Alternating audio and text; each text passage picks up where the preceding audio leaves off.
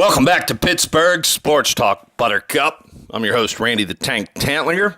Thanks for joining me. You can join me every weekend at this time through Steelers season, Penguins season, and once we get back into springtime 2019 and in between, we'll be going golfing around again. So please join in every week for the show.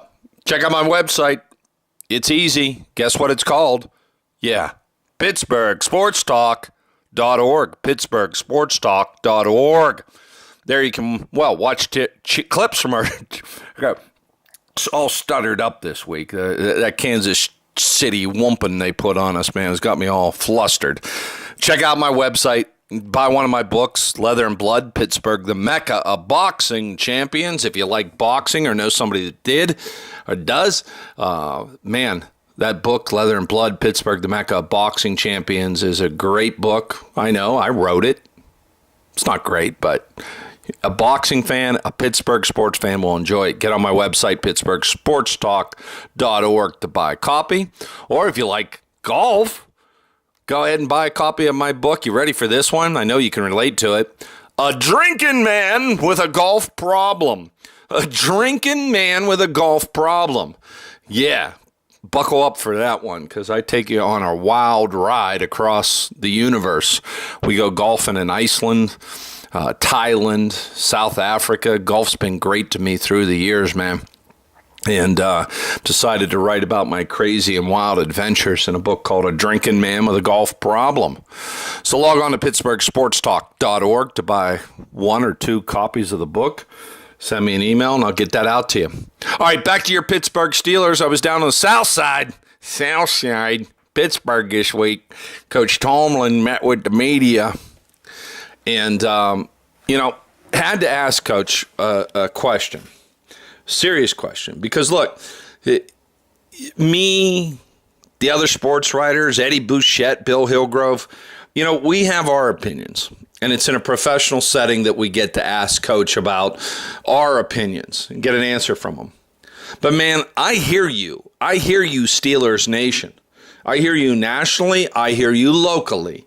You ain't happy with your Pittsburgh Steelers.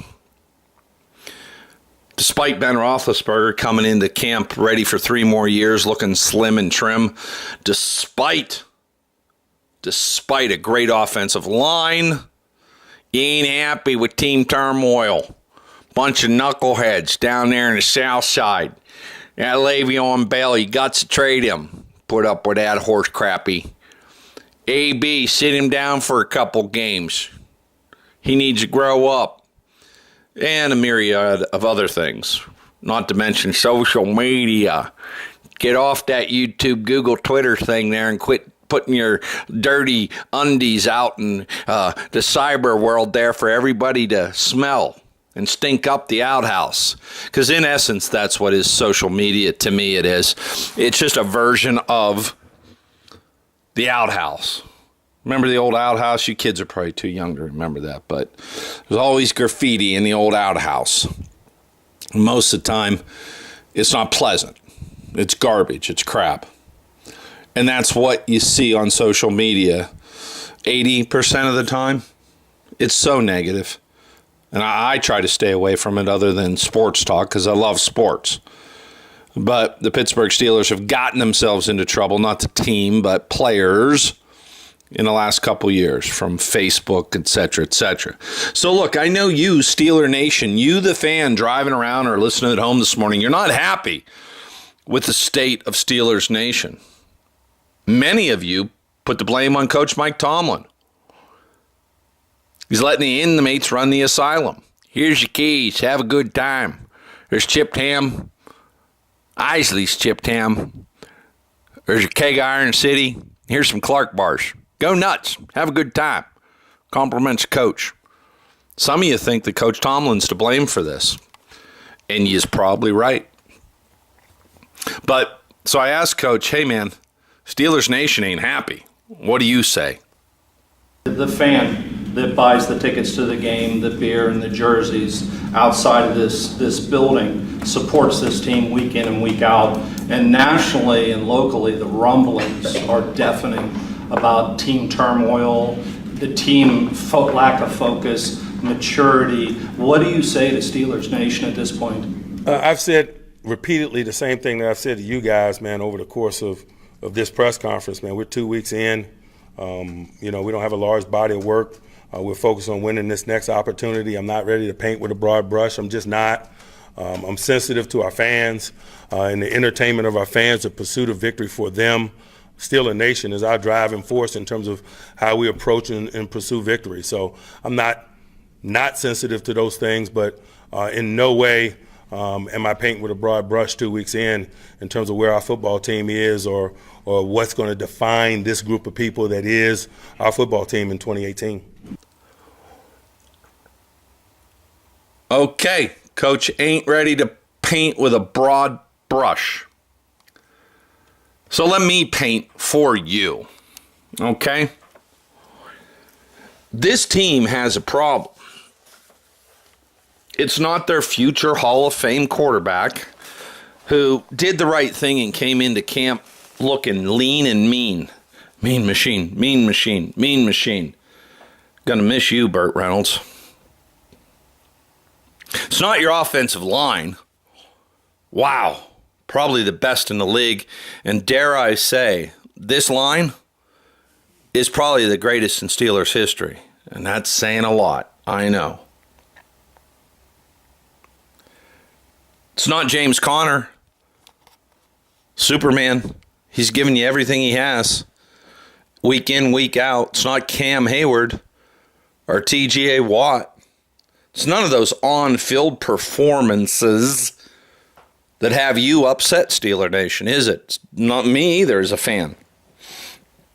It's the garbage, the distractions, the me, I don't even know what generation we're on. Millennials, X generation, yabba dabba doo generation, whatever you want to call it. You know, when AB went on Facebook after the Steelers, the Wizard of Boz saved their bacon in Kansas City in 2016 because Todd Haley's offense didn't put up any points.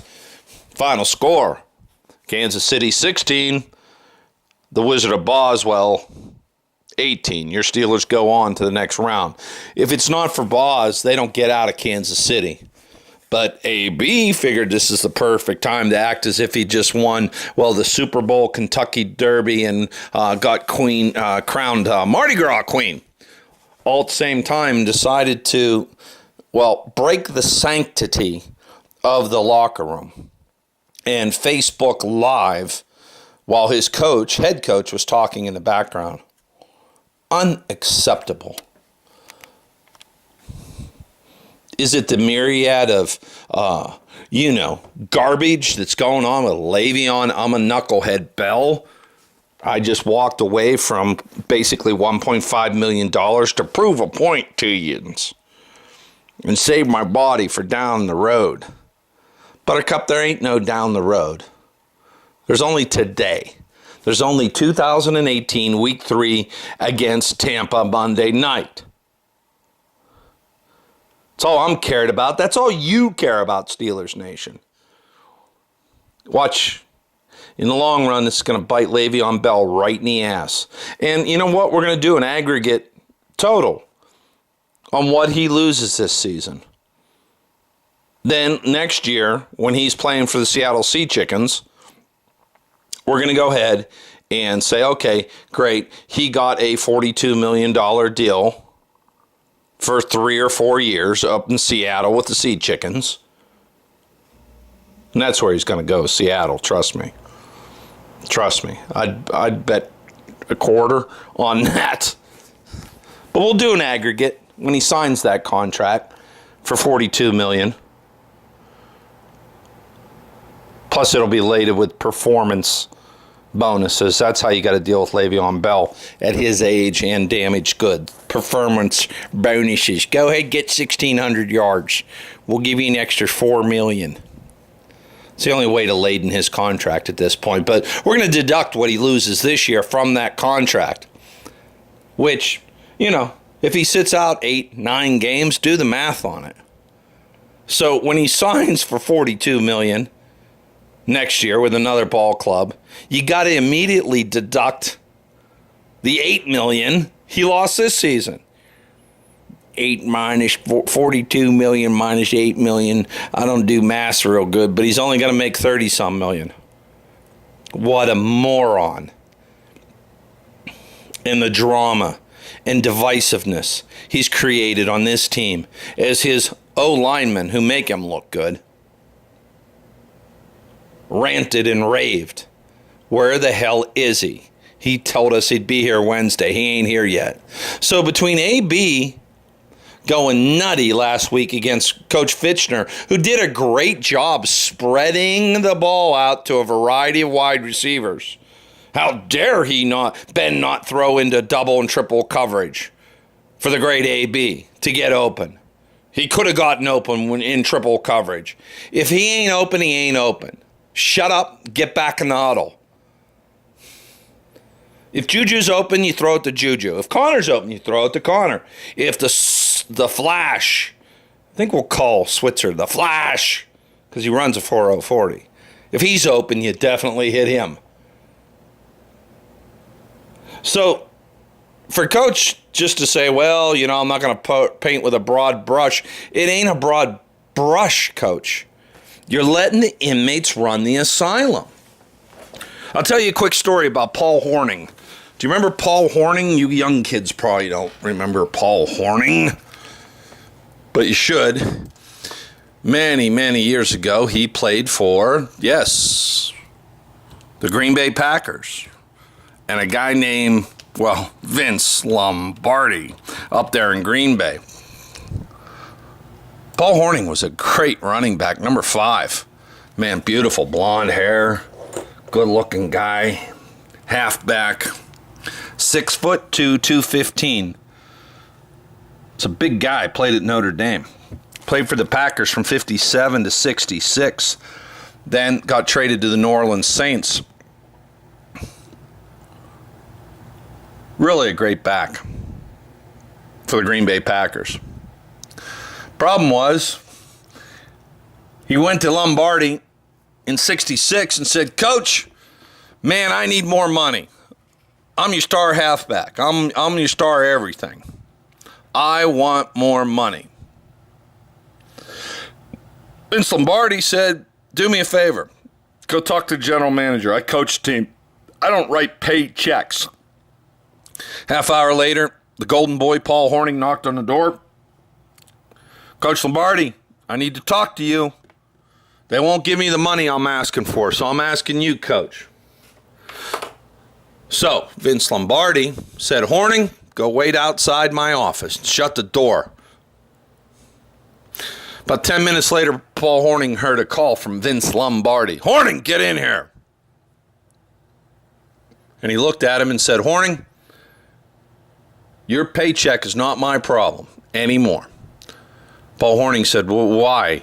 He said, because I just traded the New Orleans Saints.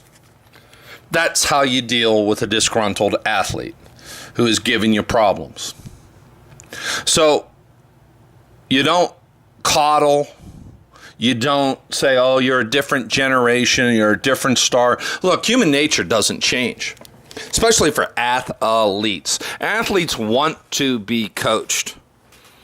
They want to be petted and prodded and told they're special with awards and applause from fans, yes. But they also want discipline, the great ones.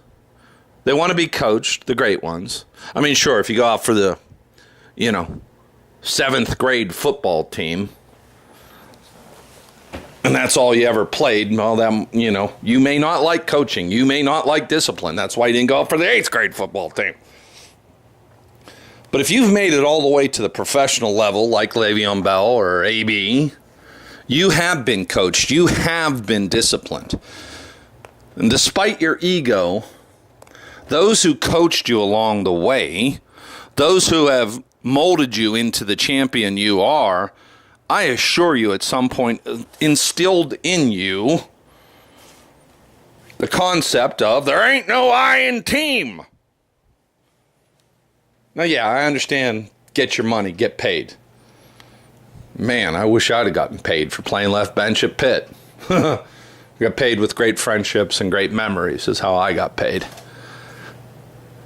So I understand Le'Veon Bell wanting to get paid, but this should all have been settled in the off season.